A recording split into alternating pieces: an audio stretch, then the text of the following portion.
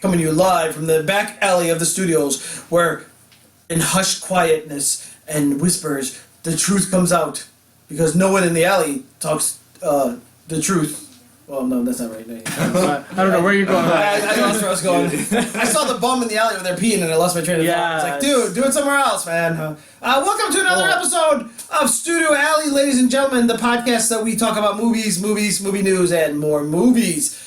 I'm your host, John. With me is... I'm David.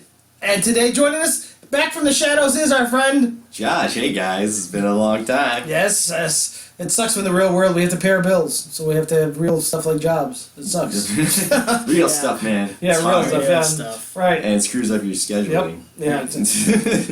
But for those who are new, we on Studio Alley we like to give you our honest opinion of things. We're not some movie suck-ups like, oh, Brad Pitt, his acting talent was amazing and he really dropped it. No, we tell you the honest truth. This movie sucked, that movie sucked, or this movie was awesome. Well, Brad Pitt's acting ability is amazing. It is. I know. I apologize to Brad Pitt. I don't know why I picked up I know, you wouldn't write to Brad Pitt. It's like, he's attractive and talented. Screw you! Why does he get everything? I understand. It's a good thing he can't play guitar. Yeah.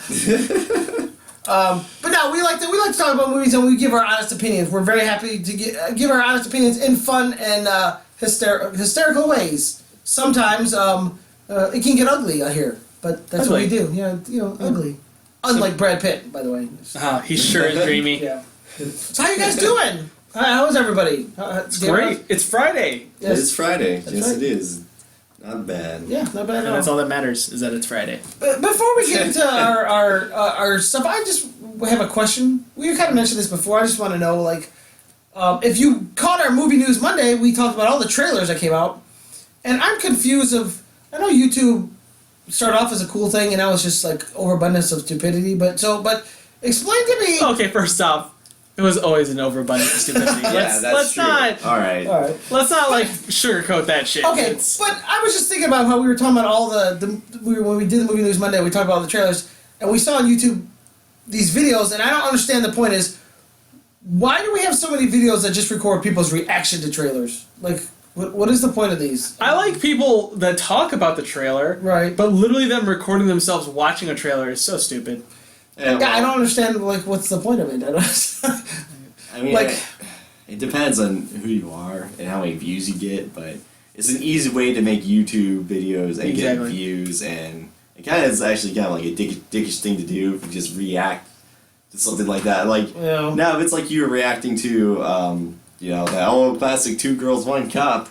Oh, God. Yeah, it's just like there. That's one thing, but if it's just like to the trailer, it's just like, that was, that's the thing. I've always noticed this. It seems like they overact. Like, they do. Like, oh my God, no! As I've said, I remember waiting on I had the day off when the Civil War trailer was going to drop, which rumored Spider-Man was going to be in it. Yeah. I was all pumped, hitting the refresh page over and over on the Marvel page, and then when it hit, and I was like, that was cool. Did I go, oh, snap, that's Spider-Man! Oh, yeah! Like, I didn't do it. Nobody does that. Nobody really does that. The fact that people do that on YouTube is so stupid. Yeah, it's just a cheap way to get views. Yeah, I don't know. Yeah. So, but it works out for some people. Some people become famous. Yeah. Some people... So next week we're doing YouTube trailer reaction videos. I actually have big pet peeves with that myself. I was just saying, man, you opened a can of worms here, John. Not that we don't have our, we're serious about our creativity and stuff, but, hey, we'll sell out. Let's do it too, because it's popular. Let's do it. Give me $50. I'll give you so much praise about your trailer. Right. That Justice League trailer, was the shit. So we gotta take it a step further.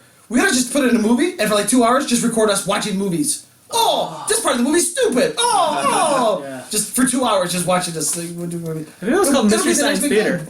Oh my God, Mystery Science Theater did that before YouTube. They were ahead of their time. And that's why they weren't that popular first, see? Because they were... But, skipping over movie trailer, let's get to what we do here on our episodes on Friday. We're going to do reviews. We've got... I want to think of it as almost like religious movies is what we're doing, almost. Yeah, I see that. In a weird kind of way. One is an uplifting tale, and another one is a soul-crushing disappointment. Which one's which? I don't know. If you want, here, I'll put them up for you on a plate. You choose which one we're talking about. We're going to do a review for you, ladies and gentlemen. I took time to, and me and my wife, we went to go view the Christian film The Shack, starring Sam Worthington.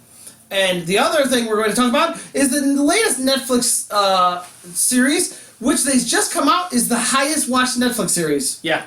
Even though critics are ripping it to shreds, and a lot of fans are ripping it to shreds, it's being recorded as the highest watched Netflix show, Iron Fist. Well, Marvel's it's latest show. It's also that knee-jerk reaction people have where someone says something so bad and so stupid, Right. You're like, well, now I gotta see it. Right. If the reviews were like, like if all the reviews were like kind of middle ground, like 50%, I would have been like, yeah, maybe I'll just skip that one. But no, they were like, no, this is the worst thing ever. It's like being iron-fisted in the balls. And so everyone's like, well, I gotta watch this now. Well, you're trying to tell me when people hear about bad things, they watch it? Like, I don't know, let's say like what Josh was saying, like, you're trying to tell me like when people said, oh, Two Girls and a Cup is disgusting, so you're trying to tell me people watched it? I don't believe it. Well, I don't believe it. Everyone likes to see a tragedy. Yeah, that's true. I never understood that, because I saw Two Girls in One Cup, and I just thought, I was like, this is I've seen way worse stuff on the internet. Oh my god. That's not true. I'm not. I am not into poop I don't know who fetish. you're hanging out with, man. It was just two girls pouring, a glass of milk, right? Right, yeah. One girl, 2 girls, 1 cup. But, okay. Don't look that up, people. Yeah, right. Please don't. Or if you do, please don't associate with us. Don't tell us that we told you to watch it, Yeah. please. Okay, so we're going to start off. I'll cover the Shack first, okay? Cover the Shack. What are you covering? I'm going to cover the Shack. Cover the Shack. I'm going to cover the Shack. You're going to cover the Shack on the court? Yeah, right. Get that weak shit out of here, Shack. This is my house. So gonna the put Shack, down that b-ball. The Shack is actually based off an actual Christian book too, is my understanding. The Bible. No, not the Bible. Okay. It's actually because technically that's the Jewish people's book, right. The Bible, and you guys just dug up and stole it. So the Shack is directed by Stuart I apologize, Hazeldine. I want to say right. The screenplay is written by Andrew Lanham and John Fusco. Andrew Lamb. Lanham. Oh, Lanham. Okay, I thought it was Lamb. I was like, man, they're real Christian. There's no holding back in this one. This is definitely a Christian movie. And if you notice lately, like Christian movies are real popular in theater lately. There's been a lot of abundance of like they've really Fireproof. Miracles from Heaven was Miracles from Heaven. Yeah, that was really good. God's Not Dead. God's Not Dead 2. Dead. Like they've had a bunch of them come out. There's one that's actually out. You probably haven't heard. It's called The War Room. That came out too. Yeah, I saw The Second Coming of Christ in theaters. How was that one? If I had to choose between the indie watching, film. if I had to choose between watching The Second Coming of Christ or the literal Second Coming of Christ, I'd probably just take the real Second Coming of Christ with the world ending. You would look at me like, please end it now, huh? That's the most awkward dating experience I've ever been on. Okay. Well, it could have been worse. You could have taken a date to see Passion of the Christ. Let's go see that movie. I don't know, blood gets me going. And Passion of the Christ is a big financial blockbuster. Yeah, it was huge. So, okay, The Shack is a movie I kind of want to see, but I was a little leery about it because it stars Sam Worthington. And nothing against Sam Worthington, but besides Avatar, really, what has Sam Worthington been in? A little film called Terminator Salvation. Yeah. So really, what have I seen Sam Worthington that's been actually really good? He was also in another little movie called Man on a Ledge, where he played the man on the ledge. Yeah. And who can forget his classic roles in? I don't even remember what they're called. Those, Dot. Yeah, what were those? The remake from the '80s. What was it? Clash of the Titans. Clash of the Titans. See, I couldn't even remember that was him. I couldn't remember the title, man. I was just like, man. Yeah. He played CG Monster 1, 2, or 3. No, he played the hero. Yeah, he played the hero. He Percy, played the hero, right? I guess. Perseus. Okay, yeah. Perseus. I just know he ran around. Yeah, I think you're thinking Percy Jackson. Yeah, Percy was from Percy Jackson. Perseus is his name. But okay, so I went in this one a little hesitant, but I was like, the trailer looked good to me. It was kind of enticed me, so I was like, I want to give it a shot. Basically, the shaft. Ooh, sorry. Hey, I can dig it. The Shack follows Sam Worthington.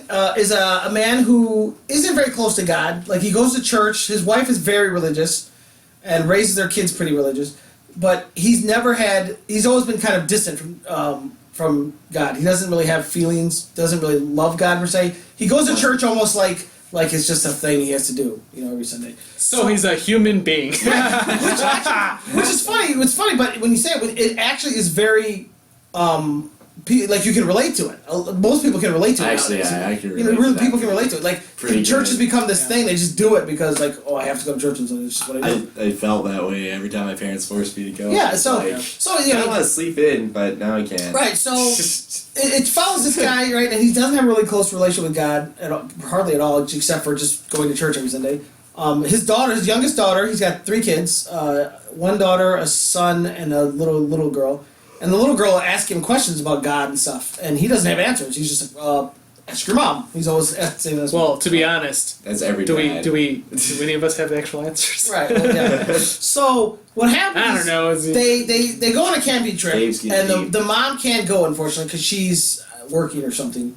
But they do this family camping trip. The father takes the 3 kids out. They go on this camping trip. While on the camping trip, something happens.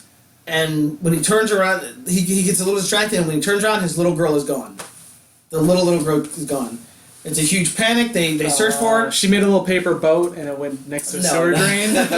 No, but so it's very heart-wrenching and tension-filled. The girl disappears, and this is not a spoiler. This is in the trailer. Unfortunately, they find the clothes of the little girl, and they find out there was a child molester that's been running around, and they pretty much know she's a goner. So that literally starts the movie off. See, I was kidding about the killer clown. Right, no, but so now literally jump forward a couple months or whatever now, and the family's falling apart because he feels responsible. He turned his his eyes away and all this. He hasn't gone to church. Well, that is his fault. So it's the middle of winter. It's the middle of winter, and he's very distant, very cold, and he's doing the driveway. And then he walks over by the mailbox, and there's a note in the mailbox. Oh, I forgot to mention that they found her clothes in this shack in the woods. It's old shack. There's hardly anything there. Okay, so she's dead, right? She's dead. They found her corpse and everything with a little frozen dead face screaming. I'm trying to say this. I'm gonna go ahead and give kind of a spoiler. They don't actually find her body, but they know she's dead. I didn't know she's dead. There's blood on the ground. Oh, so she's... there's... The body obviously he got rid of the body, obviously, somewhere. But, so, a couple months later, it's winter, he's shoveling the driveway, and he looks, and there's a note in the mailbox. So he walks over the mailbox, he pulls it out, and it says, hey, I'm going to be at the... I'm trying to think of his name. Mac is I think his name. Hey Mac, it's been a while. I'm going to be at the at the shack this weekend if you want to reconnect. And it's signed Papa. Which is really weird because, and I don't understand why this is, but his wife calls God Papa for some reason. I don't know why, but it's just... His wife? Yeah, his wife calls God Papa. That's how she tells the kids God is like Papa. But the weird thing is he looks... The weird thing is he looks at the ground and there's no tracks. I go to Grandpa God's house. Right. Grandpa God? Yeah. So he looks at the ground and there's no tracks. At all. So somehow this note got there and nobody... Right? So he takes a chance. He thinks it's probably the guy who killed his daughter. There's a chance that maybe he's messing with his head. So he goes up to the shack. With a gun? Does he go with a gun? He does actually go with a gun. Ah, yeah. Which is very... He's gonna shoot God in the face. So right off the bat, I'm watching this movie. So right off the bat in this movie, I'm a little taken back. It's a Christian movie, and they kill a little girl, and he takes a gun with him. And I'm thinking, whoa. Yes. This Christian movie is very... This is real as shit. It's updated, This ain't your pop-ops. Right. Whatever the hell it was. So what happens is, and now bear with me, and I'm not trying to put you down, but you're kind of an agnostic. You're not a very religious person. You don't even watch a lot of religious movies. Okay, I take offense to that. Do you? Okay. Yes, I do. Why is that? Because I like a lot of pro-faith films. Do you? I love Dogma. I love Constantine. Constantine's a faith film at the end. Right. I love Children of Men. That whole movie is about faith. I love the fuck out of Signs while everyone else hates Signs. Okay. I love religion films. My problem is when they get offensive and they're like, no, you're wrong. That's my problem. So what happens is he goes to the shack, and he runs into 3 people. Saved is another good one. Oh, Saved is a good one. He runs into 3 people. He walks to the shack, And so it's the middle of winter. Suddenly the shack is looks like a brand new cabin, and all the snow's gone, and it's green grass, and it's this beautiful garden, and whoa, it's pretty shocking. He meets 3 people in the shack. Gladiator. One of them is Octavia Spencer, who won an Oscar for The Help. You'll know. Did she win it? No, she didn't win it. Never mind. No, but she Emma was Stone won. She was nominated for whatchamacallit also.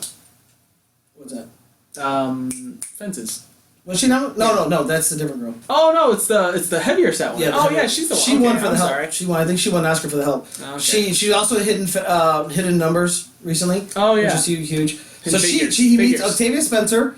He meets a kind of Arab looking guy. Oh no. And he meets an Asian girl. See, okay, now I'm worried because I saw the Second Coming of Christ movie, and the devil was played by an Arab girl or Arab guy, Right. And I was like, this is pretty offensive. No. What happens in this movie is he meets these 3 people, and these 3 people are Octavia Spencer, the black girl, literally is God.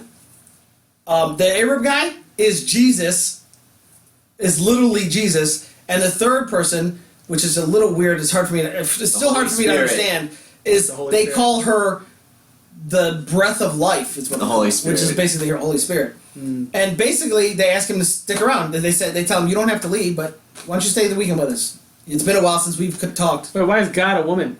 It's pretty offensive shit right there. And basically, the movie follows Mac decides he stays for the weekend, and he spends the weekend with God and Jesus and the breath of life. They all play Boggle. No, they the movie they actually literally sit, and the point of this movie is actually they actually try to handle very tough situations, and for somebody who's like me, or for you, or for anybody really, the normal guy who sits there and says, like everybody does, and says, wait, why would God allow this to happen? Why would God allow this to happen? Why? The point of the movie is they actually try to answer the questions of those questions that we have. He actually attacks God and says, you can do anything. No, he says, you can do anything. Why would you let this happen to my little girl? Where were you when this happened to my little girl? Why would you let all this bad stuff happen in the world? They try to answer these questions in the movie. And Octavia Spencer was like, because Tim Tebow had a game and I was busy watching that. And that's when maybe if your little girl was on her knee, Yeah, I know. If she prayed a little bit before a game, maybe he also runs into Alice Braga. Is an actress. Oh, yes. He runs into her and she plays wisdom, and they go over judgment. How he judges people all the time, and everybody's guilty. They do this thing where she tells him, "You're going to be the judge today," and he's like, "What are you talking about?" She goes, and Alice Braga does this really great scene where she says, "Well, you judge all the time. You say this person should go to hell, and that person should go to hell, and this person should go to hell." And she brings up this really great point in the film of how quick we are to judge things, and from a religious point of view. Who are we to judge, and we don't understand the full story and stuff. But anyway, the whole point of the movie we should is, because we have a judicial system. Right.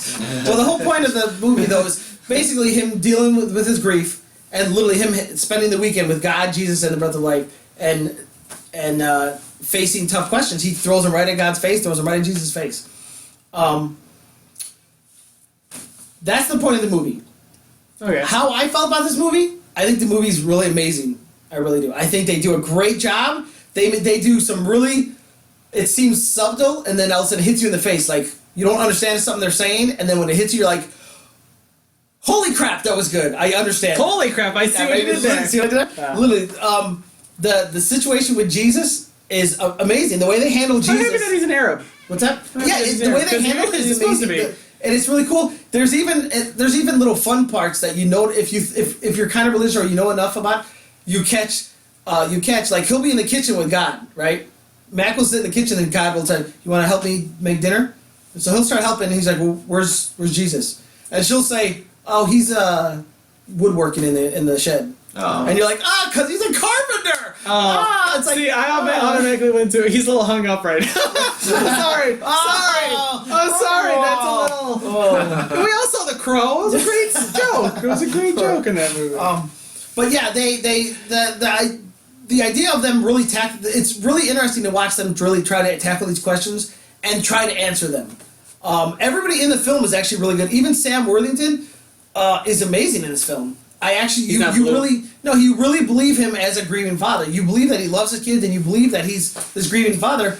and he is. You can really relate to him when something horrible happens, and if you have the chance to talk to God, he don't hold no punches. This is God who can kill you. He don't hold no punches. He just he goes out swinging. He's yelling at God, gets God in the face. And, for somebody who's not into religion, who's really not in religion, it might be a tough movie to watch. It might be watched because it's full. I mean, but you're not holding punches. It isn't one of those movies that has religious undertones. No, it's just full on, like full on Bible stuff in this movie. But it's not like an over ridiculous where like it's just it is what it is. It's not Second Coming of Christ. No, it's just what it is. What it is. Everybody in the movie is really really good. Octavia Spencer as God is phenomenal. Just for example, there's a really great scene in there. I can't express how many good points they do in the film or good things in there.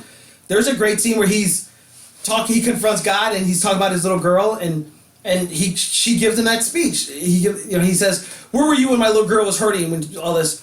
And she says, "I never loved your little girl." And if you're religious and you follow the Bible and stuff, and you want to believe God is with you all the time, she brings that up. She says, your little girl was never alone. I was always there with him." He's, "Oh, really? What was she doing? You're really good at taking care of her. What was she doing when she was screaming for help, when she was crying for her daddy?" And he's like, "Oh," and he pulls, there's a great line. He says, "Oh, I don't know how you take care of kids. What about your son that's in the shed right now? You really helped him out, didn't you?" I read the Bible. He pulls it out. He says, "I read the Bible." He even says while he's hanging there, "God, why have you forsaken me?" You didn't come to me. And Jesus is like, he makes a great point, Mom. What the hell? But it's very. Some people might like it, some people might not. I thought it was amazing. As God starts to cry and looks at him and says, "Don't ever say that I didn't care about my son." And it's like God actually, and you realize Jesus is God's son. It is like a father-son kind of thing. And she actually cries and she says, and she makes the point and she says, "You know how it is. Whatever happens to your children happens to you." And she holds up her wrist and she's got scars on her wrist from where Jesus was hung up. That's a cute little point. I mean, it's a cool little point there. There's a scene where the Breath of Life asks him to help in the garden. And it's this beautiful garden, but it's kind of mismatched all over. It's not really organized. So they're digging in the garden, and the Breath of Life asks him, he says, "What do you think of the garden?" And he says, "It's really beautiful, but it's kind of a mess." And she says, "Yeah, this garden is you." And it's kind of like, when I saw it, I was kind of, "Oh, that was a good one." You get it? He pulls out a carrot, fights and breaks his leg. Yeah, it's like, right. Wow, that's really good. It's kind of mean. There's some heartbreak. There's some really hard scenes. I'm not a father yet. Someday, maybe not. I don't know. But anybody who's a parent, this movie is really good. But because it makes you think about protecting your kids. There's hard scenes in here about losing your kid. Here's a little bit of spoiler. You asked me about it. They do find the body later. Yeah. They don't really show too much. They see the little girl laying there. It's been hidden away in this little cave thing. So he goes with God, who changes into a man because God says, "I've changed to a man because today you're going to need a father figure," which is harsh, But it's a really rough scene when they do this really wonderful thing. They wrap the body up and he carries the body back. And here's a little spoiler again. I'm telling you, but it's really well written. I'm explaining because it's really well written. He's carrying his daughter's body back. They get towards the shed and Jesus is standing there, and then you realize what Jesus has been doing in the shed. Jesus pulls open the shed door and he made this beautiful coffin for his daughter. That's awkward. And what got me in the scene, just for that's example, the only thing Jesus is good at. But what got me in the scene is, again, if you're a father or a parent, this was really hard scene. Was he goes to take the body to the coffin and he can't do it. He falls to his knees and he starts crying. He's like, "Please, please help me!" And Jesus helps pick up the child. And it's a very touching, emotional scene. The movie's amazing. Everybody's really good. The points in there are really great. They really try to make some good points. The emotions in there, there's plenty of scenes to make you cry. It hits you in the feels. The only problem I have with the film, here's the thing. Here we go. The film's really good. Where they fall short, though, is when they try to tackle all the questions that people always have. Like, I have it. I always say the same thing. I'm kind of religious, but I always sit there and I say the same thing. My biggest argument is, you don't think the Jews who were being slaughtered by the Nazis, you don't think they said, "God, please help me," and they never got help? So why did that happen? Why did stuff like that? I always ask that too. So they try to answer a lot of questions. Like I said, he asked, "Why do you let this happen?" They try to answer all the questions in there, and I'm not trying to be anti-religious, but I don't think they answered them well enough for me. Yeah. You know, you really, by the end, you're supposed to be like, I totally understand now. Or at least you get an idea. You're like, okay, I feel a little better. By the end, I still was like, it's not a good enough answer. Now, maybe it's because maybe I have a relationship to God like this guy does. Maybe I'm not that close to the religion stuff either. I didn't feel the answers were good enough. Sounds like you need to spend a weekend at the shack. Right. I'm trying to remember what there was one specifically. I'm trying to remember now. I escaped my mind, but there was one specific that I know. Here's a spoiler. One of the toughest things they make him do is when God changes to a guy, and he says, "Because you're going to need a father figure today." Before they go find the body, God tells him, "You need to forgive him." And he's like, "Hell no, I'm not going to forgive the guy. I want the guy to suffer." And he goes, "All that pain, all you're doing is letting that pain ruin your life. You need to let it go. The guy did a horrible thing. Something probably happened horrible to him. That's why he is the way. You need to forgive him just so you can move on." It's a really good, really powerful scene, but it wasn't a good enough answer for me to say, the guy killed his child. How can you just forgive? It wasn't a good enough answer for me. Now, maybe, again, I'm not following the Bible correctly, and I'm not Christian enough. A good Christian, a good Christian would forgive. A good Christian finds. You see it on the news all the time. On the news, they always say, for some reason, people show up in court and they're like, "I'm not mad at him anymore for killing my daughter. I forgive him." And I'm always shocked by that.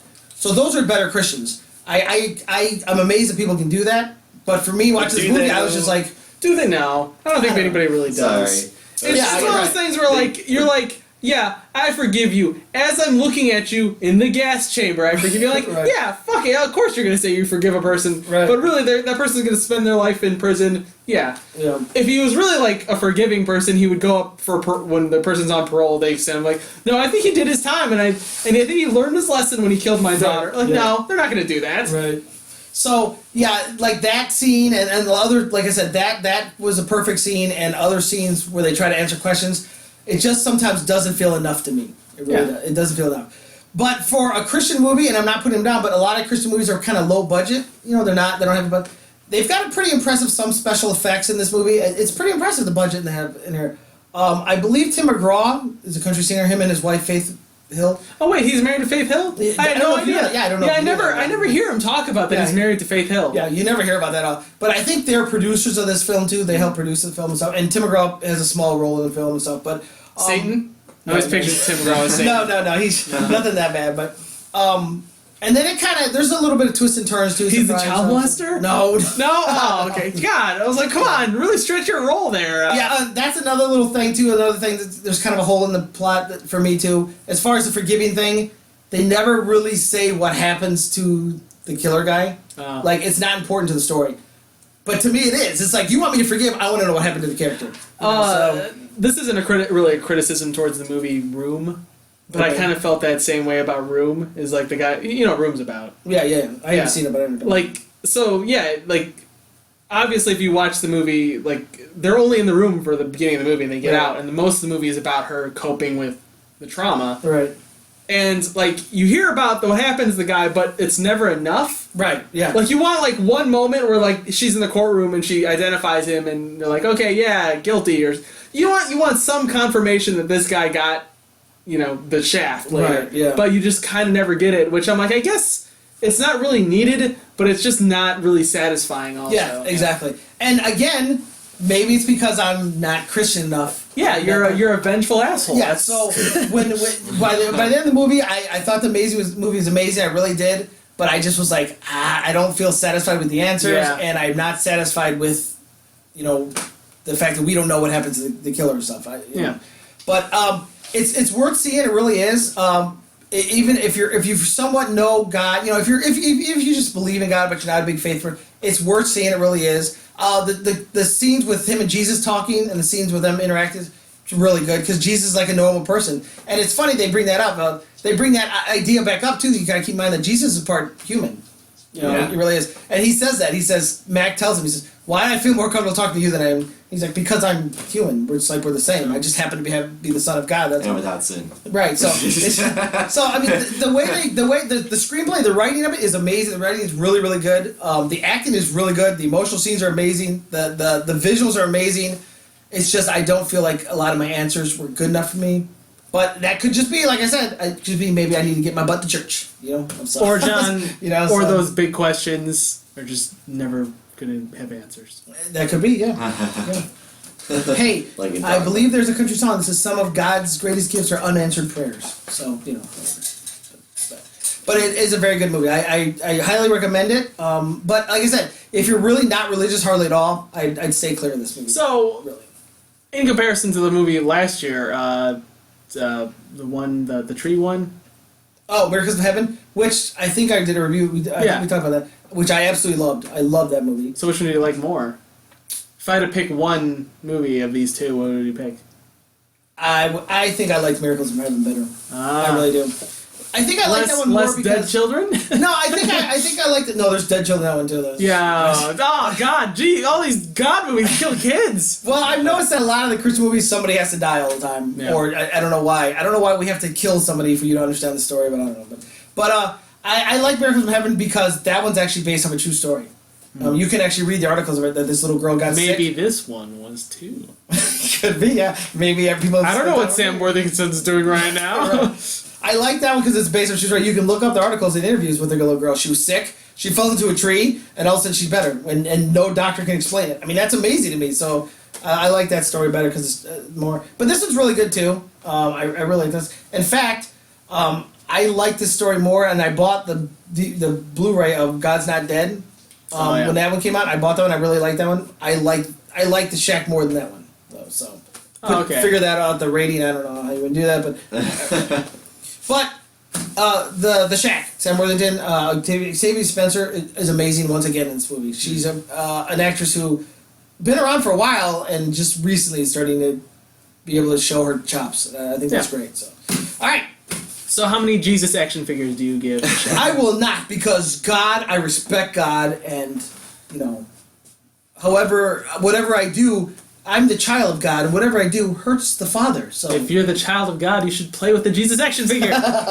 So no, it's really good. Like I said, I recommend it. Unless you're really just not religious at all, I would avoid it because you would totally not like this movie. I mean, there's nothing else to say about that. You just won't get in this movie at all.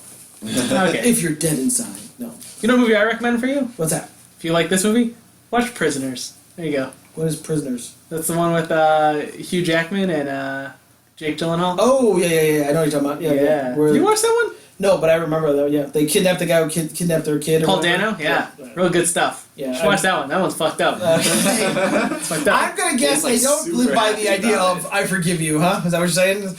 Movie's fucked up. It's real good. It's real good. All right, so we'll go from that. I got a better segue. Oh no, go ahead. Go ahead. Jesus died for your sins. Yes. Another man has trained and is willing to be... No, he's not going to die for your sins. He's an immortal weapon, as they say. And he is the Iron Fist. You could have said, Jesus will constantly die for your sins because he's immortal. And another immortal who won't die for your sins but will fight to protect you is... the Iron Fist. Yes. He will fist you like you won't believe. He'll fist you so hard. That's right. With glowing hands. Right. As we said earlier, Iron Fist is on Netflix, the entire series. Yep. 13 episodes. It's funny, is a lot of people put out reviews for Iron Fist right away. We actually sat through the whole season, so... Yes. Yeah, let's get into it. Like, I feel like that's what everyone's reviews were like the first 6 episodes. Yeah. Now this is the last. Yeah. This is the last series before the Defenders, which is basically the Avengers of TV. Yeah, TV Avengers, the Defenders. Yeah, and they're kind of the same, but lower budgets. Yeah, and I think you made that point before. You said Rosario Dawson is the Coulson of the TV show. Yeah. You know, of the Avengers on TV. So you know what that means? She's going to die. She's going to die. She's going to get it. She's going to die, and then she's going to get brought back to life. By the Kree blood, and then she's she's already on TV, so what's she'll have to be in a movie? No, it would have to be like because video shorts. Video shorts. She'd be trailer reaction videos. She'll be brought back to life to do trailer reaction videos. Yeah, exactly. That's what happens to Claire. Yeah. Damn, that's sad. So all right, so Iron Fist. I don't even know David. What is this show even about? How do we explain this? Well, it's hard to talk about what Iron Fist is about because it doesn't get to the point of the show until episode 6. It's like, what's the point of the show? This review is going great. The opening shot of the show is street hippie Danny Rand comes home to New York. He's been missing for 15 years, and he walks into his father's company's building, Rand Industries. Right. And he pulls a Bruce Wayne. And he walks in. He's like, "Hey, I'm Danny Rand. I totally own this place. Let me through." And they're like, "All right, dirty hippie, get out." And he's like, "You guys shouldn't kick me out because like I'm the Iron Fist and I own this place." And then the guards show up and he kung fu's them. And that really doesn't help his situation because then he just gets kicked out and now which makes no sense. I mean, why would he kung fu him? Which first off doesn't make any sense because even if he was away at a monastery learning this kung fu stuff, they're not teaching manners. Maybe you should walk into a city with those shoes and socks on and walk into also he spent like 12 years in society, so he knows how the world works. Yeah. So when he comes back, it's like he shouldn't be. Also, if you came back, if you were in a not spoiler, the fucking character is in the trailer. He was in a plane crash. He was found by a bunch of monks. Right. And they raise him. They raise him and they teach him the kung fus. Right. All the kung fus.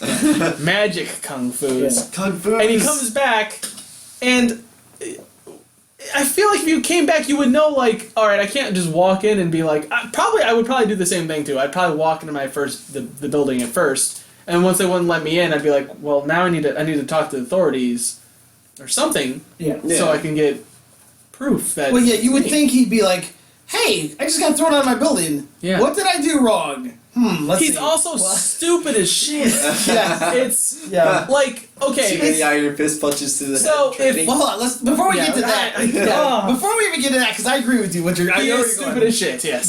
But okay, so this guy is been trained to be the Iron Fist. Yeah. Which is basically he's been trained to fight the Hand.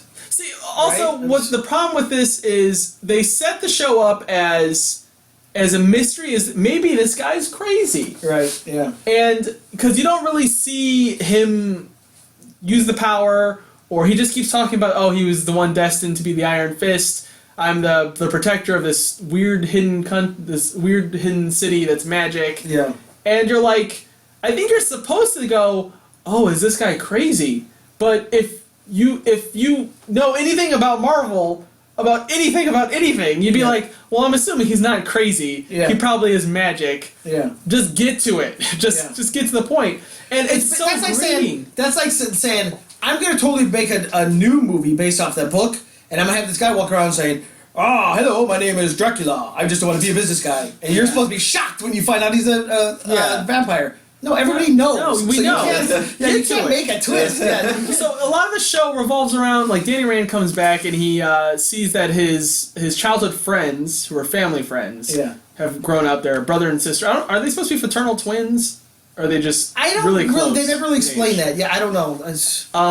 But it's Ward Meacham, Ward and Joy Meacham. Yes. And Joy and Ward they're like, if you know the horrible pain you get when you have like a cavity or a toothache, they're like the living embodiment of that. Oh God, they're fucking worst people ever, and you like hate them. But they're really successful businessmen. So someday they'll probably be president. Yeah, they'll probably be president. So you know, and like they introduce them, and they're just shitty people, both of them. They're real shitty, and not just like so. Spoilers for. Fuck it, we're spoiling this. I'm gonna spoil the hell out of this because it's been out. It's been out. It's 13 and months honestly, old out there. To be fair, just skip this and we'll just go right into the Defenders one. Yeah, But so the Meacham's like the first episode. He shows up and he's like, "Hey, Joy, Ward, it's me, Danny." And they're like, which again, no, you again, died. Yeah, which is understandable. Yeah, but which again, like you were saying. It's first off, okay. One of the problems with the series right off the bat is it's hard to get behind this guy because he is so stupid. Yeah, so stupid. So he's already walked in the building and they said, "Get the hell out of here!" And he beats up a bunch of people. And then he runs up the top floor. So those guys didn't believe it's his company, but he expects his childhood friends he hasn't seen in 15 years to just accept he's who he is. He runs and goes, "It's me, hey!" And they're just supposed to go, "Hey, Danny's been 15 years. I'm glad to see you're alive." And they're just supposed to. It makes no sense. Yeah, Like, these must have been the dumbest monks that have trained this guy ever. Yeah. Well, they beat him so much to make him Iron Fist. Yeah. So he's got no common sense. Like they beat the common sense out of him. Ward and Joy's first response is rational. Like, crazy guy. Yeah, Just total crazy guy. But then he started saying things that like prove that he is Danny Rand. Like he grew up with these people. Right. And Joy's like, he looks like Danny. He knows he might be Danny. And Ward is like, well, he knows all the specific stuff that, yeah, that's totally Danny, but fuck that guy. I don't want to give up the company. So automatically, like, fuck Ward is a douchebag. Yeah. And then Joy, you're like, okay, well, Joy's a little bit better. Like, she's a little bit warmer hearted. What does she do? She drugs Danny and then sends him to an insane asylum. Yeah. This is what happens in the first 5 episodes. Yes. That's why he does nothing in the first 5 episodes. Which by the way is a spoiler. 5 episodes. Yeah. So which is a spoiler for those listening. The first 5 episodes, there's no action or fight. I mean, not like really. There's random weird there's action. not even a point. You're like, when does this hero start doing what he's supposed to do? You know, nothing. And it's so stupid. Like, okay, if you get superpowers, whether it be you Doctor Strange and you trained with the Ancient One, whether you're Spider-Man, you get bit by a radioactive spider, or if you're Iron Man and you build a robot suit or whatever, you don't initially walk up to people and go, "Hey, by the way, I got the magic Iron Fist. I was trained by ninjas, monks in this magic city that appears and disappears every 9 years. Yeah. And also, I killed a dragon and bathed my hand in its blood. I'm a cool guy." Yeah, and you're like, and you also definitely don't tell that to your psychologist. Like it's just like, what is wrong with, like, do you remember? Yeah. Remember Punisher? He took a bullet to the head. He was even like trying to tone it back. Like, I'm not that crazy. Right. Like Iron Fist, like, he didn't take a bullet to the head. He's just that stupid. Right. Yeah. So I don't understand what the writers were trying to do here. I don't know if they were trying to make you go, "Oh, this guy is just so innocent. He's so sweet and innocent. He doesn't realize how the real world works." Yeah. But go back to your point. 12 years old, he knows how the world works. He should know how Even if he was gone for 15 years, he was still a kid. He knew how to be like. And I'm okay if he's written as a character who's supposed to be naive. Right. And kind of young and wide-eyed. I'm cool with that. But the problem is he goes through like crazy rage fits every once in a while. Yeah. And he keeps like the whole time he's like, "I'm Zen. I am the Iron Fist." And I'm like, he's like, I'm unbeatable. And then you constantly see him beaten and his powers never work all the time. Yeah. He's like erectile dysfunction of superheroes like, all the time. He's just like, not now. It's too cold. Yeah. It's too cold. I'm just not feeling it. I'm not in love yet. Right. Like it's that all the time. It would be like it's kind of like watching if the Punisher showed up. He sees a bunch of mafia guys in a meeting and he goes, "I'm gonna kill these guys," but I just don't really want to shoot my guns today. So I'm just gonna go back to bed. Yeah. Like, why didn't you love me, Mom? Right. It's like what is wrong with this guy? Like it's next time I'll get him. Yeah, next time I'll get him. It's the gun jam one time and he just quits. Click. Aww. I'm just not gonna even try my other guns. I just quit. So first 6 episodes, he's locked in a crazy house going, "I bathed my hand in dragon blood and I got magic powers," and they're all like, "Yeah, crazy." Yeah. And then while he's doing nothing, it's constantly cutting to Joy and Ward, who are the worst human beings ever, making shady deals. Ward's is embezzling money from people's pensions. Yeah. Joy is literally telling people a neighborhood, like a bunch of suburban people who live near a factory of the company. Yeah. She's telling them, no, all the toxic waste we dump into your water, it's not giving your kids cancer when it's clearly giving all your kids cancer. Yeah. And I'm like, wait, I'm supposed to think these people are like I'm supposed to follow these people? And in all seriousness, when you're watching the show too, it's hard to understand like, what does this have to do with the show? Is this what the show is going to be? I'm going to follow these crazy business people, and I'm not going to have. Let's be honest. It's a Marvel superhero show. It's what it is. Yeah. But there's no superheroing at all. I mean, so you're just like, what am I watching? Well, keep in mind. Let's just step back to them. So then Ward is bad enough, and you think, wow, this guy's a really shitty person, but man, look how evil he is. Then you realize, oh, he's kind of a wuss too. Because there's a puppet. There's a puppet master. Big bad. There's a puppet master controlling what's going on. And I don't mean literally like superpowered puppet. I mean, there's just a guy behind the scenes that's telling Ward what to do.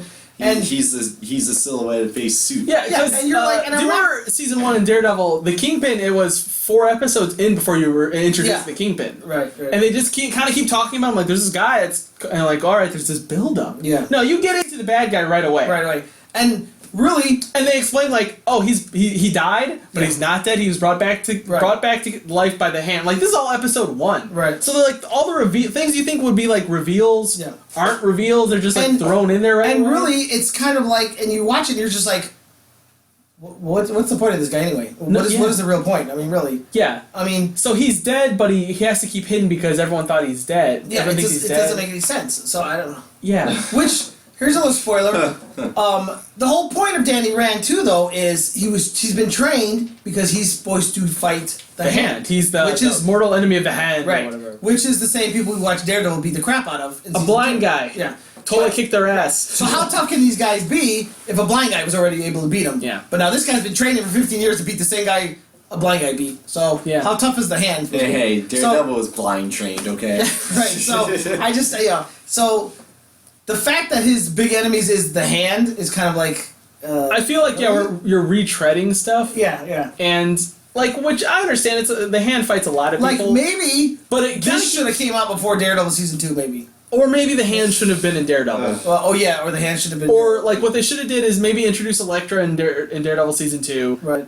And then have her killed by the Hand. Spoiler for other Netflix shows. Yeah. And then have the Hand show up in Iron Fist, and then okay, now we kind of get it. It's but a little more cohesive. Yeah, it's just because Stick keeps talking about Matt, you'd be a great soldier against the Hand and stuff like that. You clearly are the best warrior against the Hand. And then you're watching Iron Fist, and they're like, I am the best. And I'm like, nah, Daredevil's kind of got it. And also, Daredevil took a bullet to the face and was still fighting people. Danny, you're like, my powers don't work because I'm cold. And this is one of the problems too. Is now that you've mentioned that's a good point. Is I have a headache. I can't do it. Stick apparently in Daredevil talks about how he's been training for years, and they're all getting ready to fight the Hand. And they begin ready to fight the Hand. And now you get Iron Fist, and Iron Fist is like, I've been training 15 years, and I'm like, did Stick not know about these guys? No. They've been two different groups have been training to fight the Hand, and we never met. Yeah, no relation. What is happening? Everybody hates the Hand, I guess. Yeah, I don't understand. It's like a big anti-Hand club. Right, I don't know. So that's why the Hand attacks people, because they keep being hated on. And the other problem is there isn't really a major bad guy for Danny Rand to fight. There's no major bad guy. Yeah, there's no really bad guy. Matt Murdock's equal on the opposite side was Fisk, right? The Kingpin, right? And Kingpin's motivation was the same as Daredevil's. It's just he was like, the city's corrupt. It's real shitty. If I take over the corruption and show how to run it efficiently, then we wouldn't have people being beaten and shot and killed all the time. Yeah. We'll just, we'll break a couple legs, and that's how you make an omelet. Right, a couple thumbs. It's fine. Kneecaps and a couple skulls, it's fine. But for Danny Rand, he's just fighting a bunch of ninja guys who's there's one guy who's kind of in charge of the Hand, and he's not even that tough. Oh, that dude. He's not even that tough. But here's the thing too, though. So Wilson Fisk and Daredevil wants to take over the whole city and run, which is cool. The Hand, what do they want to do? These big assassin ninjas? We want to sell drugs. I want to sell drugs. Yeah, what? So, that's the big. No joke. I gotta watch this. Yeah, this is why people so many people watch this. It's because they want to take a joke to. We're big bad. We're the Hand. We're big and bad. Really? What do you guys do? We sell drugs. And what else do you do? Sell drugs. Well, we're gonna. It's like the underpants gnomes. They're like the first plan is. Sell drugs. Right. Plan 2. Question mark. Number 3. Take over the world. Wait, what? Yeah. And that's what doesn't make sense is so the big bad in here is is Harold. It's Harold Meacham. The Hand also, by the way, is like Shredder in the Foot Clan. It's like, hey, you're really good. I'm gonna give you a promotion, and I'm gonna give you a scholarship. You can come to my school, yes! which is where we're training for the Hand. Yeah, I was like welcome to the Foot Clan. I was like, oh, the Foot Clan. Yeah, that's what it's like. It's that's like Teenage Mutant that's Turtles. that's what it's like. If you actually read Teenage Mutant, they're all making fun of Daredevil. The whole that's the whole joke is the I guess if you read the first appearance of the origin of the Ninja Turtles it's the toxic waste that hits Matt Murdock that goes in the sewer. Yeah. There's weird stuff like that because the whole thing was a parody of Daredevil, which was a big popular book in the 80s. Right. That's why they're called the Foot Clan into the Hand Clan. And, which, like I said, this is not the Foot. So, like I said, it's bad enough that we watch Daredevil already beat these guys. Yeah. Now we watch these guys and we find out their big plan is we want to sell drugs. We're gonna sell so much heroin. That's it. You're trading all these guys have undead ninjas. You can bring people back from the dead, and all you want to do is sell drugs. It's like what? This is like the worst. It's because Huey Lewis in the news said he wanted new drugs. Just kept giving him new drugs. They just were really into Huey Lewis in the news. He's just like, I'll keep selling the new drugs. We'll make new drugs. And like everyone's motivation doesn't make sense. Yeah. Is you have Harold Meacham, who is brought back from the dead by the Hand because they want to use him to control the company. Right. But he doesn't control the company because everyone thinks he's dead. Except for the Hand, who knows he's alive. Yeah. Which makes no sense. He literally has no power. Right. So why did they bring him back from the dead? I don't know. And he's so sad, I just shook my head. I'm like, what? What if they killed Harold and then turned to Ward and like, you're gonna take over or we're gonna kill everybody else in your family and be like, then Ward would be the bad guy. Like that would make sense. That would give that character motivation. Now, you just have Harold just sitting in the office and no joke. So the first 6 episodes, it's Danny Rand going, I'm not crazy, but everyone thinks I'm crazy. And then he's like, everyone's like, oh, it's clearly the real Danny Rand. But we got to make sure he doesn't get the company because we want to use all that money to be supervillains. And then Harold finds out, and he's like, you know what? Let's just give him the company. And they're like, all right, just give him the company. Literally, like, that's it. It's like, not even like, we're not going to even fight this anymore. Like, let's just give him the company. That's when the show finally turns into a show, and like, there's steps now. But again, but the show falters there too, because I thought, okay, now we're getting somewhere. Okay, so now this guy knows nothing about, obviously he doesn't even know how to talk to people, because he walks around with no shoes on, he doesn't know how to talk to people. So I'm like, now he's in charge of a company. So I'm like, okay, now this is going to be good. It's going to be like he's going to be like Tony Stark if Tony Stark was a moron. Yeah. And you're in charge of the company. So I'm thinking, okay, it's going to be good, right? And he's like, so he sits at the table and says, hey, this bad stuff we're doing, we're not going to do that no more. And I'm like, oh, really? Are you sure? We're going to lose money. Yeah, but it's the right thing to do. And then he gets him, leaves, and he goes, and then he does nothing else with the company the rest of the show. Yeah. You're like, what? He's like, I've got an important time. I have to go fist somebody. Yeah. You guys carry this on. Like, you gotta fist somebody, have it not work. Yeah, he literally sits at one board meeting, says, we're going to change the way things are, and then he has nothing to do with the rest of the Which, that was the stuff I liked, was him going, no, we're not going to do the business like this. We're not doing underhanded deals. Which would have been great. If you had a guy who's, I'm destined to fight the Hand, right? Yeah. But I want to run the company and do good things, too, at the same time. So, it's like Clark Kent saying, I want to be a reporter, but I want to save the world, too, at the same time. You know? You got that dual dilemma.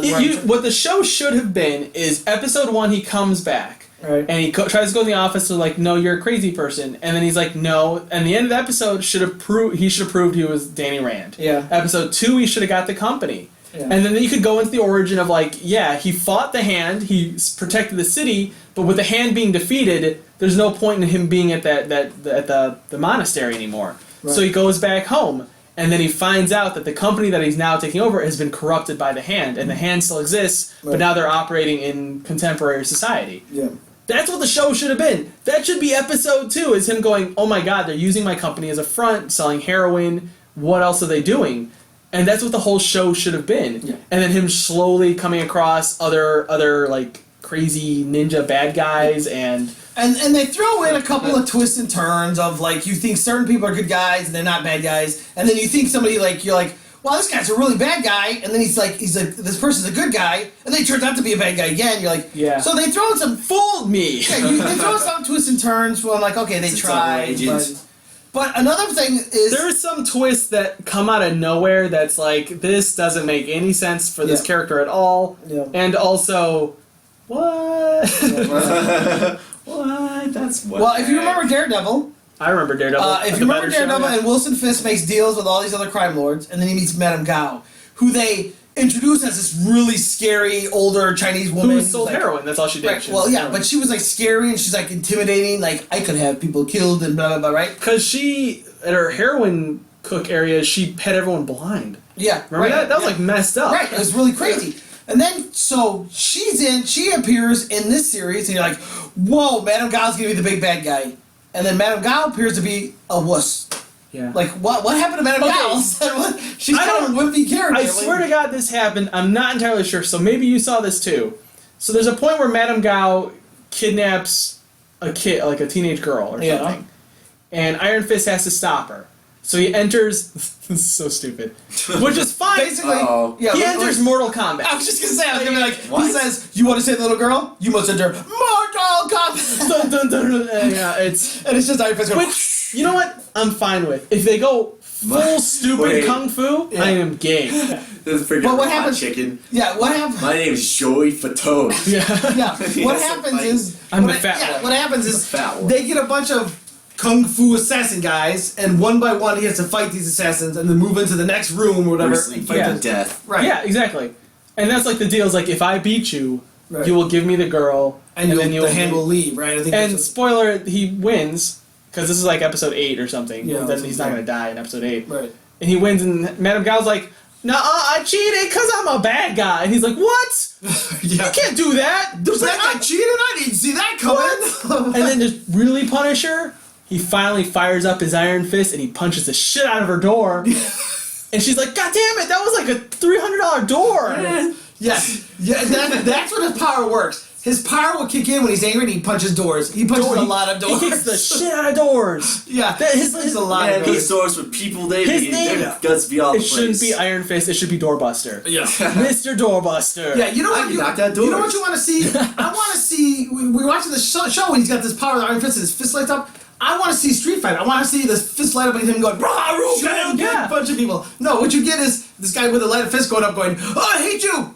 Damn you, door!" Yeah. That's what It's, you get. it's like when you're playing a video game, you get real frustrated, and you're like, "Fuck!" and you punch a bed or like your pillow, and you're like, "God damn!" Or you throw the remote across Yeah, the room. son of a bitch. And that's what Iron Fist does. He doesn't use his power in like real productive Because it's safe. ways. I was waiting for him to do that. I wanted him to be fighting the bad guy, and the bad guy cheats, and he goes, "It's not fair! I'm pushing the button on my hand, it's not working!" And it's so aggravating, dude. Because I was watching this with like my girlfriend was working on the computer, and I was watching the show because I was like, well, I want to do the review for this, so I'm gonna get through the show. Damn it! Right. I'm gonna get through it. And I get it. I play video games. We all know the special move. Your mana gets your special meter gets full. Right.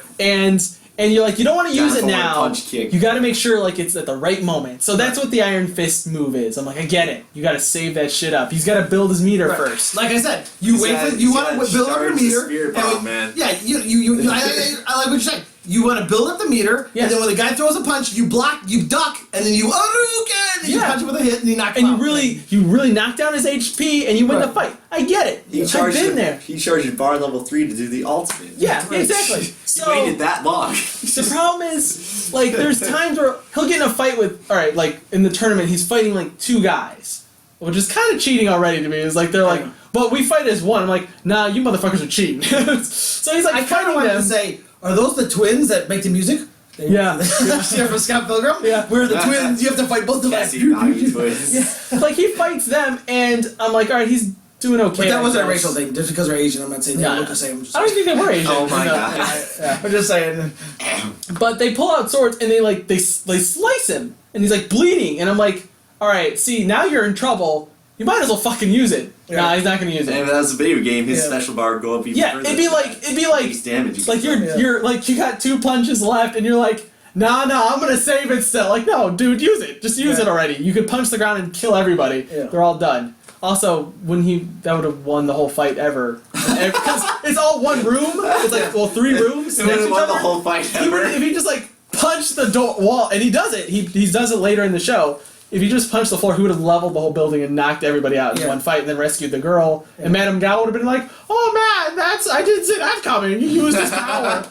I didn't see But that then he goes to the coming. next room, and he fights a girl who literally like instantly he like walks in. She's like, "Oh, I poisoned you. Now you're gonna die." He's like, "Oh, I'm poisoned. I'm gonna die." Does he use his power now? No. He's like, I'm so poisoned. It's if so only I okay, had. help. It's okay. I feel I'm like gonna have to just kung fu her without my I feel power. like here's a flashback. If anybody remembers the original Buffy the Vampire Slayer movie, yeah. okay, remember when Pee Wee Herman he gets stabbed or whatever, Ow. and he's just going Oh. ow ow, and he's kicking the wall, ow ow, and he won't die. He's just keep going ow ow. That's what I feel like Iron Fist was doing. He's like, I'm poisoned. Oh. I do remember that. Oh my god. That was like the best joke in that movie. Yeah, and he just keeps going. Pee Wee Herman just keeps going ow ow. And He's a that's- vampire in that. Yeah, I've never seen that. Oh my god. And that's I thought that was weird. that's literally every fight in the show. Is like you're like, okay, just fucking use it, dude. Yeah. And it'd be like if Superman flew down in a fight and he sees a guy and he's like, you know what? all right, Parasite's attacking me, or Metallo's attacking me. I'm not going to use super strength, heat vision, or my speed. I'm just going to fight him just like, no, you have it. Use it. Yeah, right. Or Batman going, you know what? The Joker's here, but I'm not going to use my utility belt. I'm just gonna fist him. Can I just say too, one of the things too about this too? One of the things that kind of surprised me is he kept walking around saying, I'm the Iron Fist, right? And I kept thinking, but it's this mysterious place up in the mountains, right, with these monks. Yeah. And it seems like everybody goes, oh, you're the Iron Fist? Like, everybody knows about it. Yeah. How is it mysterious? I can't wait for me to go like, ancient Chinese secret, huh? I don't think so. It's like everybody he fights is like, oh, you can't be... Like, everybody knows he's the Iron Fist. I'm like, how is it a secret? These are the worst monks ever. It's a great secret, so naturally everyone knows. right. What's great about Iron Fist, though, other than the other shows, is like Daredevil. The first season, it took him the whole season to get to the costume. Yeah. And Jessica Jones doesn't have a costume; she just walks around in her stuff. But there's references to her actual costume in the comics when she was a superhero. Luke Cage does wear they call back. He wears the yellow T-shirt. Yeah, but he does. They show him the original costume. Yeah. I wish he kept it. But I'm so happy that Iron Fist gets into his costume. Oh wait, no, he never gets into his costume ever. No. So it's just like, wow, this is just, what are you doing, guys? But what do you do? All right, but in fairness, all right, we've bashed the writing. The writing of the show is really bad, right? Oh, but it's a kung fu show, right? So even if he doesn't use the Iron Fist power, let's just get into Which this. is a cool effect, I will say. When he uses it, it looks cool. But even if he doesn't use that, it's a kung fu show. So right away you got to think the kung fu fight scenes have got to be amazing in this, right? Which like the Jessica Jones fight scenes and the fights in Daredevil are amazing. I didn't think were that good. Like because they weren't kung fu. They were just they would just push a guy through a wall. Right. Yeah. Like whatever. But Daredevil, his fight scenes, everybody remembers they were amazing, holy right? crap! And the Punisher fighting the whole cell block. That was insane. Now this is a guy who's, you got to think of it, is, for lack of a better term, he's pretty much the white Bruce Lee supposed to be, right? Yeah. So he's the fight scene in this, when he takes on guy, this is going to be amazing, right? They're going to be awesome. No, they're not. It is the slowest kung fu fighting I've ever seen. Yeah. I don't know if the guy, and I haven't done research, so maybe I need to look it up, but I don't know if the guy playing Danny Rand really doesn't know kung fu. Oh yeah. Or if everybody they've hired. He's also not a real cut dude. No. He's just like an average guy build. And this is fun because Josh hasn't seen it, so we're like explaining Josh this. But I'm not kidding, Josh. And the viewers at home, the listeners at home won't be able to see this, but I'm trying to explain it. It's literally this fast. It's like, let's fight. Ha!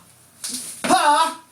Ha! It's like when where's the speed? I'm like, you remember when we watched the behind the scenes of The Matrix, and they show the trainer showing Keanu Reeves this is the pattern, right? And Keanu Reeves oh okay, that's how you do it. Yeah, but it's like if they took them train rehearsal and then put that in the actual show. Yeah, it's real slow. Right. It's like, and I kept thinking, like you said, I kept thinking. We just saw Daredevil do these really good fight scenes. They look realistic, but these are so. It's almost like they're playing tags. I'm like, okay, I'm gonna punch and then your turn. Okay, your turn. Your turn. I was about to say it's like a turn-based RPG where the characters just punch each other. It's like, my bar's filled up. Okay. I don't want to say the fight sequences are terrible. Right. But it's one of those things where even if Daredevil the writing of the show was bad and it was just the action sequences, I'd be like, wow, those action sequences are amazing. Right. But no, it's the action sequences are pretty blah. Yeah. And I don't I think the first Raid, the movie The Raid, I think is probably the best kung fu movie. Those fights are amazing. Did you ever see The Raid 2? I never saw Raid 2 yet. The Raid 2 I think is a bad movie. It comes when it comes to story because there's just weird shit in it. Right. But the action sequences are phenomenal still, and I rewatched it last night while I think we were boxing. I was watching it, and I was just there's action sequence. The action sequences in there are insane. Right. And I'm even though I think this movie's dumb, I'm I can sit down and enjoy the hell out of it because the action's so good. Yeah. And this should easily be that too. Is this is of all the things that could be done well, it should be Iron Fist because it's all. Well, here's the thing though. I get what you're saying, and the fight scenes aren't the action sequences aren't necessarily bad, but they're not good. Yeah. To me, because here's the thing, I guess it's a letdown is what I'm looking at, because I understand it's television, but it's a kung fu guy, and the villains are all kung fu guys, so you have a certain expectation. Yeah. That's like putting Batman in a series and saying, I'm Batman, and he runs down the street and he's like, but I'm not going to use my bat rings, and I'm not going to use my grappling hook, and I'm just going to run everywhere. I'm not going to take the bat car. I'm not going to even wear the mask. Yeah, it's just like you have expectations, and the fact that you make a kung fu show, but the kung fu is terrible, it's like, then what's the point? So, I don't know. And really, of all the things too, like, of all the characters, like most of them, like Daredevil, they slowly built up the mythology and why he has to wear the costume. Yeah. And Jessica Jones doesn't wear a costume because she's not a superhero. Like, she goes extent, like, I'm not a hero. Right. Luke Cage is like, I don't want to do a costume, I'm just a hero of the people. Of all characters, Iron Fist is the person who could put on the costume in episode 2 and go like, well, this is what I wore that I trained in. Yeah. Maybe not the mask, but when he does missions at night when he doesn't want anybody to know that, because he's a celebrity, he's Danny Rand, like, he doesn't want people to know who he is, he'd wear a mask. Yeah. That would make sense, right? Which to me would make sense, because I'm the Iron Fist and I run a company, but I'm secretly the Iron Fist. Why it would from a writing point of view, I think it would have been great. You know, I run a company in the daytime or whatever, and then at night I put on this yellow mask and I'm the Iron Fist and I fight the heroin guy. Right. Which would be awesome. They totally throw all that out the window because somebody decided, well, I don't want to put him in a stupid yellow costume. But what about performances, John? What do you think of the performance? So we bashed the show enough. What's good about What is good about the show? Wait. I want to bash one thing. Yeah. I think this is the worst opening title sequence too. Oh no, that's not good. The computer generated with the kung fu thing. Yeah. You know what I kept thinking when I was watching the opening sequence? I kept thinking, this is what the movie Venom will look like. Yeah, that's what it looks like. Well, like the opening credit sequence, it's like an inky human being doing the shape of Danny Rand. It's kind of like Daredevil, only not Daredevil. Yeah, it's kind of like Daredevil. Yeah. Yeah, and he's like doing kung fu. And the show's called Iron Fist, and Iron Fist's powers is his hand lights up and he punches stuff real hard. Yeah. So what do you think the last movie does in the opening credit sequences? Well, it should be his hand lights up and punches something. Right? You would think that. Well, you would think probably, it would be. He probably kicks it. He kicks it. You're right. You went on. I didn't think of that. You're right. Is that stupid? Yeah. It's literally like just that title. You guys messed up the title sequence. Maybe one thing if his feet could do it too, though. Can he do it? I think. No, I don't think so. They show footage of like another Iron Fist, like the previous generation, who's good at it. Yeah. So he has like 2 glowing hands, and he's like chopping through Nazis. Yeah. And he's wearing the costume. That sounds which cool. Literally me saying that is better than the show. It is better than it's it's like a 5-second scene, right? And I'm like, watch his footage. Yeah. It's a little on a little screen. And like Madame Gao was like, I remember when I met the last Iron Fist. I was like, that's cool. Yeah. Oh, it's gone. Wait, how old are you? That's you're like wait, what? You're like super old. You're like Yoda. It's all the drugs. Yeah. But yeah, that's the last thing I'll bash. Continue. But okay, but as far as performances, as bad as this we're making this series out, I think almost everybody's good in their role. Yeah, I really do. I think people are really bashing the actor who played Danny Rand. Was it Finn something? I'm looking up right now. Finn Jones. Finn Jones. Yeah. I don't think it's his fault at all. I think it's just the way the character's written. The character doesn't have any motivation, and he has no personality. Right. I think he carries the emotion. Yeah. Like for like you said, for no reason whatsoever, he goes into a freaking anger fit for no reason. Yeah, out of nowhere. And I think he performs it well. Doesn't make any sense why all of a sudden he's pissed off. Out of nowhere, yeah. I think he looks like he generally cares. Get angry here. Yeah. I think he looks like he generally cares about the things he's supposed to care about. Jessica Henwick plays the love interest. The love interest, I guess, who's also karate kung fu person. Yeah, of course. She starts off cool. Yeah, she starts off cool. Then the second she becomes love interest, the interest in that character just dies. Yeah, it seems like, I don't know what it is. It seems like she's like this cool kind of role model kind of thing. She's a badass. But the minute she becomes like a street fighter, and like this is like kind of cool, right? And then all of a sudden it's like she loses IQ points the minute she starts dating. It's like now I'm just the damsel in distress. Like, what just happened? She becomes the liability, and I'm like, wow, this is not good. Jessica Strout plays Joy Meacham. She's amazing. I think she's really good. It's just that character's I think her character is more grating throughout the whole series than any other person. Yeah, I don't want to say I shouldn't say she's good in the series. I mean, she's good in the role. She's good in the role, yeah. But the role is like just annoying. Terrible like role, I don't yeah. like you can't. They can't decide if she's a good person or a bad person. They keep kind of going back and forth with her. I don't. If you have Maybe to ask, they're unsure of themselves. if you have to ask, are you a good or bad person? Just asking that question states that you're a bad person. Yeah.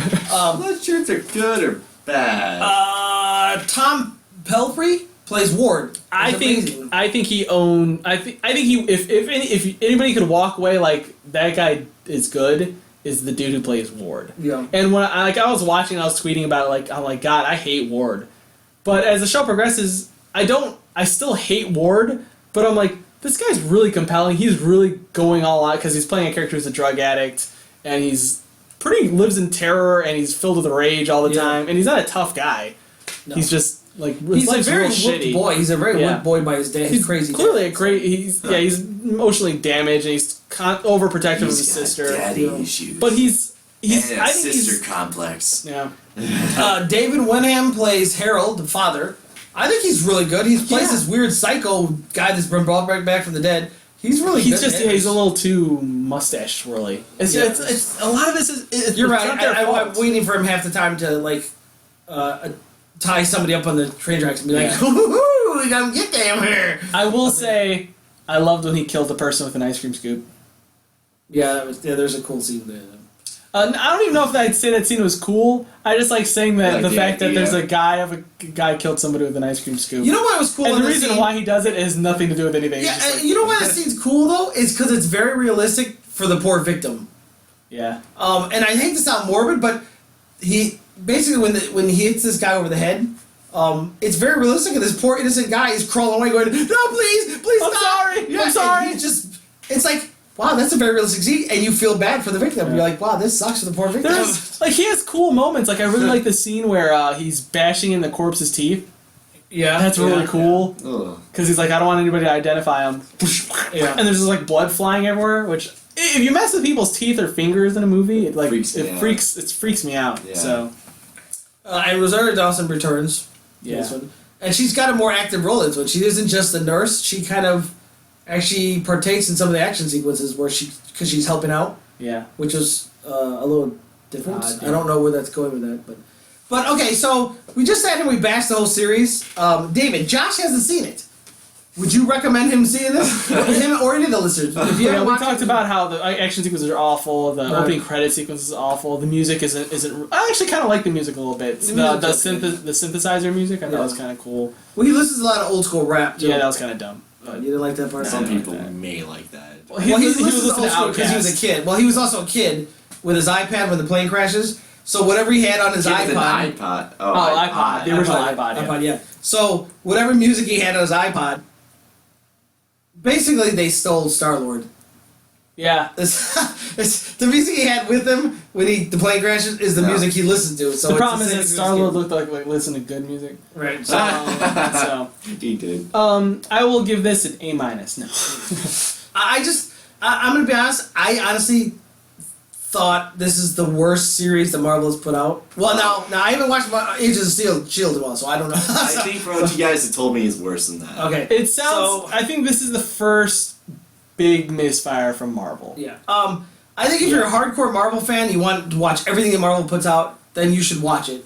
But watch it at your own risk. I really do. You'll be disappointed. Right. But I honestly think, like you said, David, I think you could probably just skip right over this one and go right into the Defenders. Yeah. I don't think you need to see this. You just need to know basically his basic origin and just go right into the. I really think if you tune in by episode start at 6, right, you'll probably have an okay time. Yeah.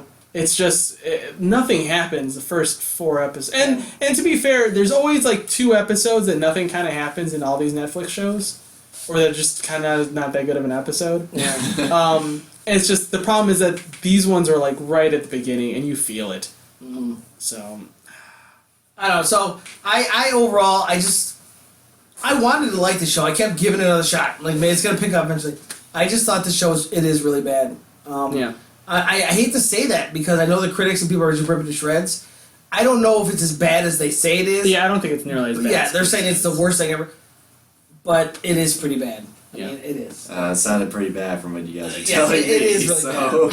So, you know, and it's a disappointment to me because I really kind of wanted him to wear the mask. Because I thought it would have been cool, and there could have been some fun jokes and interaction with when the Defenders comes out. You've got him and Daredevil wearing masks, and Jessica Jones and Luke Cage are like, "Why you guys wear masks? I don't understand what's the big deal." And these guys could have been like, "Why aren't you wearing a mask? Don't you want to protect the people you care about?" I think it would have been funny interaction. We actually have superpowers. Right. Yeah, we don't really have to worry about it too much. Yeah, it would have been pretty funny to watch this interaction of two people without masks and two people with masks. I mean, Daredevil pretty much wore Iron Fist's costume in the first season. So you can't tell me it wouldn't work because But you did. And they literally have the costume in the show. They have another guy wear it. Yeah. And he's kung fu and Nazis. Yeah. He's Nazis. Kung Fu Nazis. Alright, so that's our review of Iron Fist. Unfortunately, like David said, it's probably the first misfire by Marvel. Yeah. Definitely sounds like I was trying to think of Suicide something. Squad. I was trying to think of a cool analogy. Oh dear. You know, because he doesn't use bullets, he uses fists, so it's like it's not a misfire, it's a misfist.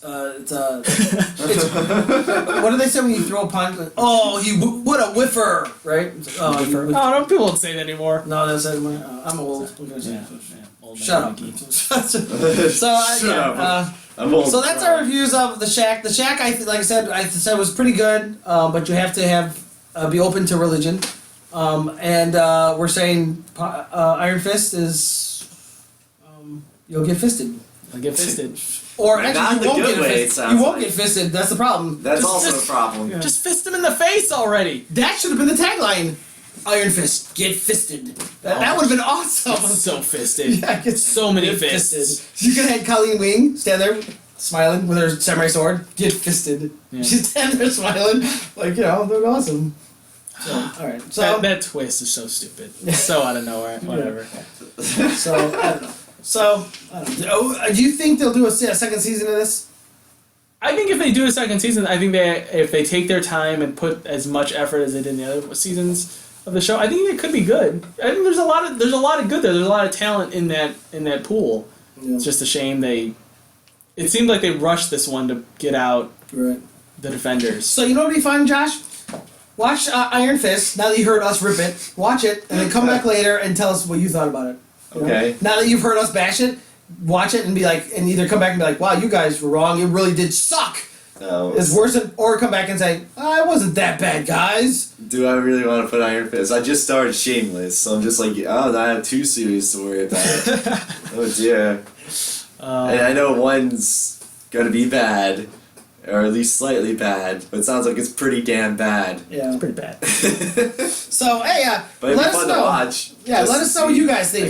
Did you like Iron Fist? Are you looking forward to the Defenders? I'm still looking forward to Defenders, and Defenders is shorter. It's 8 episodes. Oh, is it? Yeah, so cuts to the point. You're not gonna have 3 episodes where somebody's, I'm in an insane asylum and I killed a dragon. Yeah. Well, but I killed a dragon. Well, technically, he's in prison. He is in prison. So how they can do that? But never mind. He gets out in the last episode. Yeah. So you can contact us so many different ways, David. How can they contact us and let us know about their opinions on this stuff? Well, if they agree or disagree with us. You can always contact us on the Twitter. I am at Exploited Geek. And I'm at Huge Hamburger. I am Blackie Pueblo. But you can also shoot us a line on our host site, StoryMechanicsCast.com. Just scroll down to the comment section and just type whatever you want in there. I think on the website now it says if you want if you have a question, a comment, or even a threat you want us to read on the air, we can always do that. A threat? Yeah. Like the hand as like a threat? The hand. Or, you know, they might kill you and then bring you back so you can kill someone over Is ice cream. that ironic that his villain is the hand and he's Iron Fist? Is that ironic, or is that just like, or do they name it Iron Fist because it's the hand? Makes me wonder. Huh? I don't really know if he fought the hand in the comic books, honestly. Like the early issues, I don't really know what he did. I never really read Iron Fist. He hangs around Luke Cage. That's all. That's the only thing I liked about Iron Fist was that he palled around with Luke Cage. Yeah. And Luke Cage would be like, "What is this crazy sucker doing?" Like he would do stuff like that. Or they would team up with Rom and they're like, "We got to break him into the Baxter building. This is one crazy robot." he's standing there, they get attacked, and Luke Cage is always saying, like you said, he's like, "I'm not fighting anybody until I get paid." And Iron Fist is like, Fine, I'll do it again. And Iron Fist jumps down. He hits the So, yeah, you can also follow us on Studio Alley on Twitter. Studio Alley Cast on Twitter. Don't forget our Facebook page. Story Mechanics Podcast. Yes. Plenty of ways to contact us. Let us know if you want us to do a review of something, too. We'd be more than happy to give you a review on old movies, too. Old You movies. can always shoot us a classic email at storymechanicscast@gmail.com. That's right. .com! I was actually just thinking that. It's So- Expedia, right? Alright, yeah. Was it Expedia or Expedia. Expedia? Yeah. So, alright, everybody, I got nothing else to say. I got nothing else. I'm gonna go read the Bible now. Save my soul. And I'm gonna go Iron Fist something in the face! I hope she's in charge of I'm gonna iron kick something. Yeah, I'm gonna iron kick. That opens sense. Alright, guys, thanks for listening, and we will see you next time. Peace. Same Fist channel, same Fist time. No. No, alright.